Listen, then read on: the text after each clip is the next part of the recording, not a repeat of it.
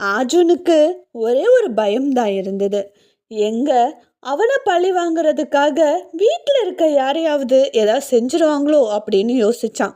இதை பற்றி எப்படியாவது யுவராஜ் சார் கிட்ட பேசியாகணும் அப்படின்னு யோசிச்சவன் அந்த நேரம் அர்ஜுனோட ஞாபகம் வந்தது. அவனுக்கு உடம்பு சரியில்லை அப்படின்னு சொன்னானே, எப்படி இருக்குன்னு கூட நம்ம கேட்கலையே அப்படின்னு யோசிச்ச அர்ஜுன் திடீர்னு ஃபாஸ்ட்டாக குளிச்சுட்டு வெளியில் வந்தான். அவன் வெளியில் நின்று அர்ஜுனுக்கு ஃபோன் பண்ணான். ரிங் போயிட்டே இருந்துச்சு, ஆனால் எடுக்கலை.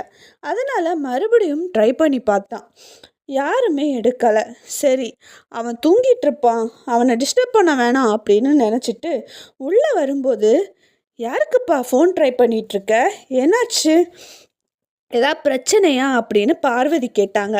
இதை கேட்ட அர்ஜுன், இல்லை பாட்டி, இன்னைக்கு என் ஃப்ரெண்ட் அர்ஜுனுக்கு உடம்பு சரியில்லைன்னு